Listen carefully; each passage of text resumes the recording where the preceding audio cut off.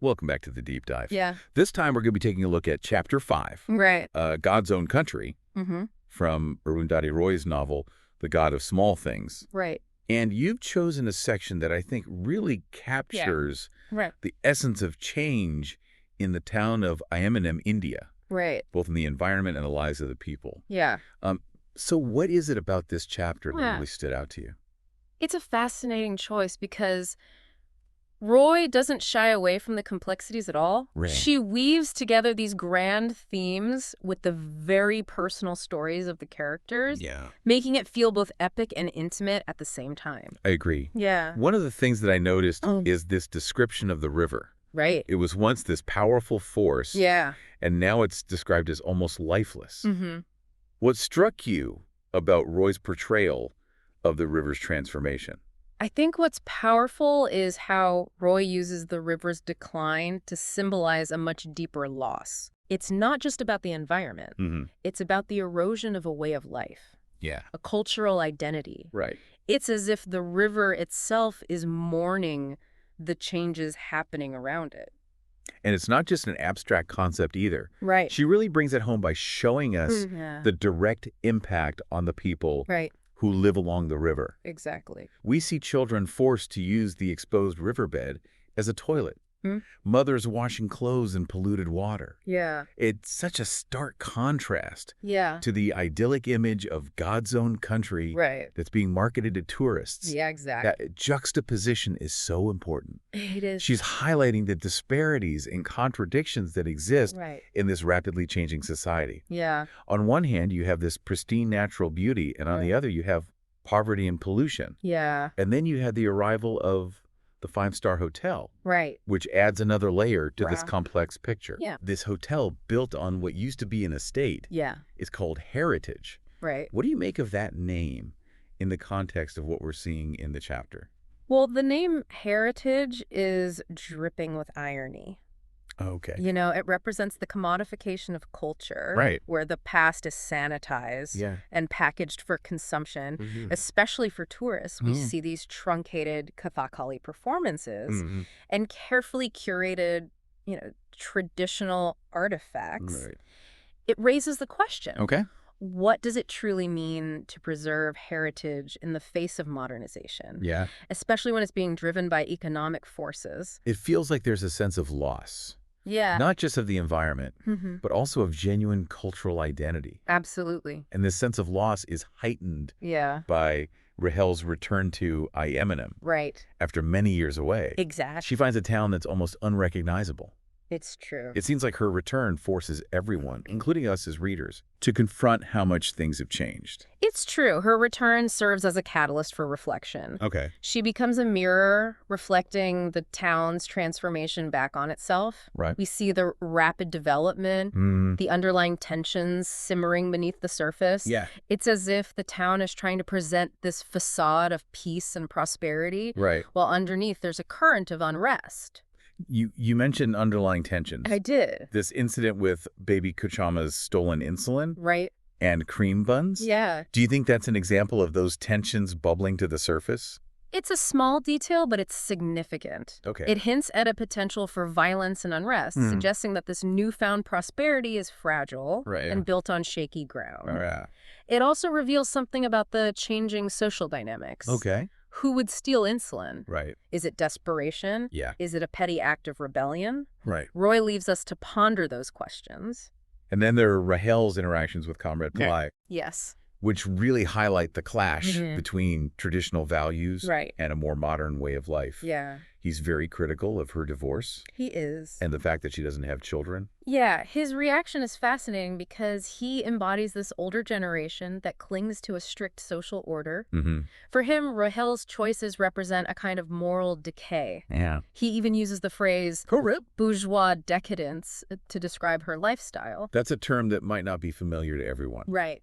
Could you explain what he means by that? Yeah, he's using a loaded term from Marxist theory. Okay. Essentially, he's criticizing what he sees as the negative aspects of a capitalist, consumerist society. Mhm.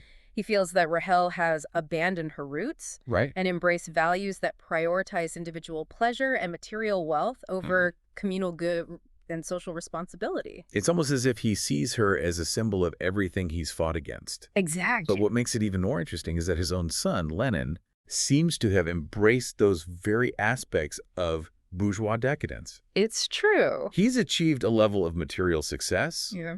a house, a scooter, a wife, and a child. Mm-hmm. This is a far cry from his humble beginnings. Yeah. What do you make of this contrast between Comrade Pillai's ideals and his son's reality? It's a delicious irony, isn't it? It is. And I think it speaks to the complexities of living in a time of rapid transition. Right. Comrade Pillai, despite his revolutionary past, Yeah? seems to find validation in his son's material success. Uh-huh. It's as though he's trying to reconcile his socialist beliefs with the realities of a changing world. Right. Or perhaps he's simply proud of his son's accomplishments. Yeah. Regardless of how they clash with his own ideology, Yeah. it's a question Roy leaves open for us to ponder. But before we get too deep into Lenin's transformation, Okay. let's rewind a bit. Right. You pointed out a detail in the source material I did. about a photograph. Yes. The one with Lenin, Esther, Rahel, and Sophie Mole. What's the significance of that photo? Yes. That photo is like a time capsule. Okay. It captures a seemingly innocent moment, Right. just days before Sophie Moll's tragic death. Mm. Her presence in the photograph alongside the twins and Lenin foreshadows the events that will unfold Yeah. and the lasting impact they will have on their lives. It's a reminder that even in a place as seemingly idyllic as Yemenim, Right. there are undercurrents of darkness and tragedy. Exactly. And I think that's one of the things that makes Roy's writing so compelling. Yes. She forces us to confront the complexities of human experience, Yeah. the ways in which joy and sorrow, beauty and decay are often intertwined. It's true. But I think there's even more to unpack here, Right. especially when it comes to understanding the children's relationships with each other Yeah. and how those relationships are shaped by the societal forces at play. Absolutely. So I'm ready to dive deeper. Okay. Where should we go next? Let's do. We were just talking about the significance of that photograph with Yeah. Sophie Mole, Lenin, and the twins. Right. It feels like a snapshot of a moment in time, It is. right before everything changes for them. Yes. As we delve further into the dynamics between these children, Okay. we see how those societal forces we've been discussing, Yeah. class, tradition, and change, Right. really come into play. Yeah. Think about the incident at the doctor's office you highlighted, Yes. where Rahel has a glass bead stuck in her nose Mm-hmm. and Lennon has a green gram. Right. That little detail feels so symbolic. It is. Why do you think Roy chose those specific objects? It's brilliant, isn't it? It is. The glass bead, something beautiful but foreign, lodged in Rahel's nose, speaks to her family's status, Okay. their connection to the colonial past. Mhm. On the other hand, Lenin, the son of a staunch communist, Right. has something as simple and commonplace as a green gram stuck in his nose. Interesting. It's almost as if those objects represent their destinies, Right. the paths laid out for them by their social standing. And yet, even as children, their reactions to the situation are so different. Exactly. You pointed out how Lennon seemed so comfortable, Yeah. almost entitled in the doctor's office. Yeah, he had a packet of chiclets, Mm. sat calmly on his mother's lap, Right. seemingly unconcerned. Yeah. There's a sense of security there, Okay. a belief that he'll be taken care of. It's like he already knows he has a place in the world. Right. Now, contrast that with Rahel's anxiety, Yes. her desperate need to please her mother. Exactly. It's as if she feels the weight of expectation, Right. a fear of not measuring up. And as they grow older, those dynamics become even more pronounced. Yeah. You highlighted Lenin's transformation. Right. He achieves a level of material success that seems unimaginable given his background. Yeah. A house, a scooter, a family, all the markers of upward mobility. And it's interesting how Comrade Pillai, who criticizes bourgeois decadence, seems to find validation in his son's material possessions. It's a fascinating contradiction, isn't it? It is. Perhaps it's a way for him to reconcile his revolutionary past with the realities of a capitalist society. Mm-hmm. Or maybe it's simply a father's pride in his son's accomplishments, Yeah. regardless of his own ideological conflicts. Yet there's a sense that Lenin's transformation comes at a cost. Right. He even changes his name to Levin to appease his foreign clients. That act of changing his name is so powerful. It is. It speaks to this pressure to assimilate, Okay. to erase parts of yourself in order to fit in and succeed in a globalized world. Right. It raises the question, How much of yourself are you willing to sacrifice in the pursuit of a certain kind of life? And it's not just Lennon who grapples with these pressures. Right. Rahel, too, faces societal Of expectations, course. especially when it comes to marriage and motherhood. Absolutely. And her defiance of those expectations, Yeah. her choice to divorce and remain childless, is met with judgment from Comrade Pillai. Yes. He sees her as a failure, He does. someone who has deviated from the traditional path. Yeah, his reaction really highlights the deep-rooted patriarchal structures in this society. He shows how deeply entrenched these norms and expectations are, Yeah, so and how challenging it can be to break free from them. it is. But even within this seemingly rigid social order, Right. there are moments of resistance. Yeah. Think about Sophie Mole, Yes. the thimble drinker, the corn cart wheeler. She's such a captivating character, That- even though she's only in this section for a short time. What do you think she represents? Well, Sophie Mole, with her first-world panache and her unfiltered observations, disrupts the status quo. Yeah. She doesn't conform to the expectations of IM&M society, Okay. and she challenges the hypocrisy and complacency of the adults around her. And her tragic death adds another layer of complexity to the story. It does. It's a stark reminder of the fragility of innocence and how societal pressures and unspoken truths Right. can have devastating consequences. Yes, it reinforces this sense of unease that permeates the entire chapter. Yeah. This feeling that something is not quite right beneath the surface Right. of this seemingly idyllic world. And that brings us back to the image of the river. Yes, It's a constant presence in the chapter. it is. And its decline seems to mirror the decline of something else in Imenum. Absolutely. The river represents so much more than just a natural resource. Right. It's a symbol of life, of history, of cultural identity. Okay. Its decline speaks to a profound loss, Mm-hmm. a sense of something precious slipping away. Yeah. But Roy's brilliance lies in how she uses language to bring these themes to life. It's true. Her writing is so vivid, so evocative. I love that passage where she describes the river being choked with a succulent weed whose furred brown roots wave like thin tentacles underwater. Yes. You can practically feel the humidity, smell the stagnant water. And it's not just the sensory details. She uses juxtaposition so effectively. Yeah. The beauty of the landscape against the harsh realities of poverty. Mm. The luxury of the five-star hotel against the stench of pollution. Yeah. The innocence of the children against the darkness that lurks beneath the surface. Right. It's through these contrasts that Roy reveals the complexities of this world, Yeah. the ways in which beauty and decay, hope and despair are often intertwined. She constantly challenges us to look beyond the surface She does. and question what we see. Exactly. And she does it in a way that's both intellectually stimulating and emotionally engaging. Right. But let's shift our focus for a moment to Rahel's individual experience. Okay. Her return to IM&M triggers a wave of memories, and it's clear that her past is deeply intertwined with the town's history. And speaking of her past, Yes. we haven't yet touched on the incident that led to her being sent away from Iamenum all those years ago. Right. I think this is where the story takes a significant turn. It does, and it's a difficult subject to discuss. But it's essential to understanding the emotional core of the novel. Right. We need to tread carefully here, as Roy handles this topic with great sensitivity and nuance. Absolutely. We want to be respectful of our listeners and their experiences. Of course. So let's go back to that photograph with Sophie Mole and the twins. Okay. You highlighted a detail where Sophie had just finished explaining to them that they might be bastards. Right. That seemingly innocent conversation sets in motion a series of events with tragic consequences. It's like a chain reaction, It is. starting with that family outing to see The Sound of Music. And during that outing, something terrible happens to Esta. It does. He encounters a man at the snack counter who will later be accused of sexually abusing him. And what makes it even more heartbreaking is that Esta, traumatized and confused, Right? doesn't immediately tell anyone what happened. And the adults around him, blinded by their own assumptions and prejudices, Yes. fail to see the truth of what's happening. And that failure to protect Esta has devastating consequences. Yeah. Not just for him, but for Rahel as well. She becomes entangled in the situation, Right. accused of complicity in a crime she didn't commit. And ultimately, it's Rahel who is punished, Right. sent away from Iamenum. Exiled from the only home she's ever known. It's such a tragic turn of events. It is. And it raises so many questions about justice, innocence, Yeah.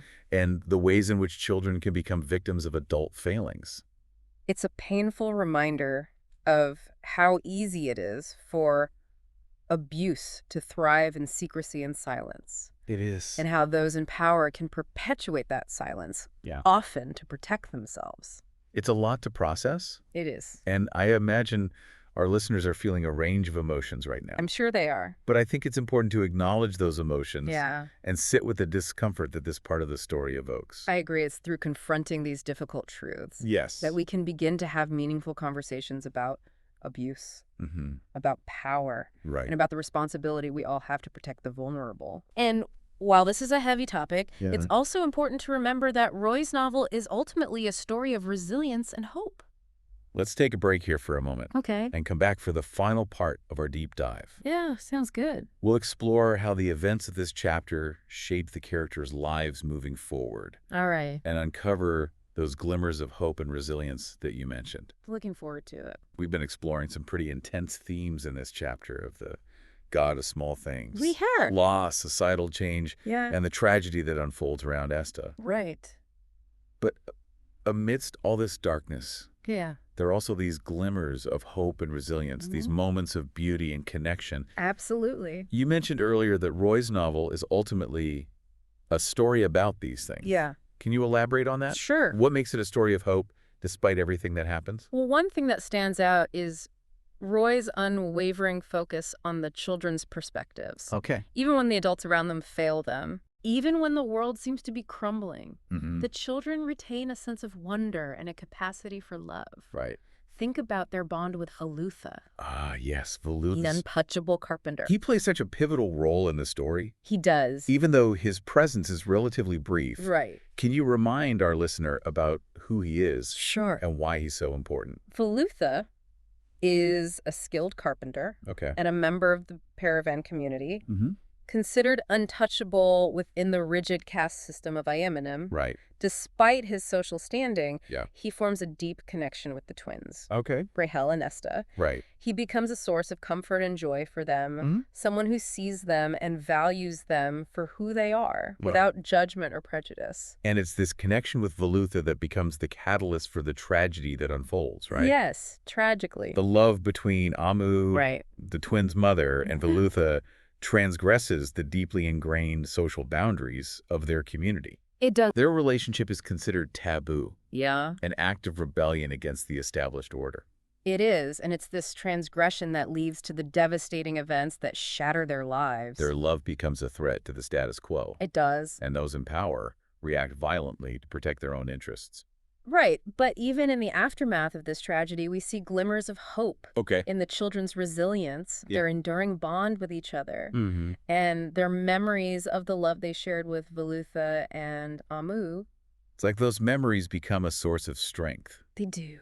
a reminder of the beauty and innocence that existed Yeah. before the world intruded upon their lives. And it's those memories that ultimately sustain them Right. through their years of separation Yeah. and lead them back to each other, Okay. back to Ayemanim, Yeah. where they can begin to heal and rebuild their lives. It's a testament to the enduring power of love, It is. both romantic love and familial love, Yeah. to transcend even the darkest of times. And I think it's also a testament to the power of storytelling itself.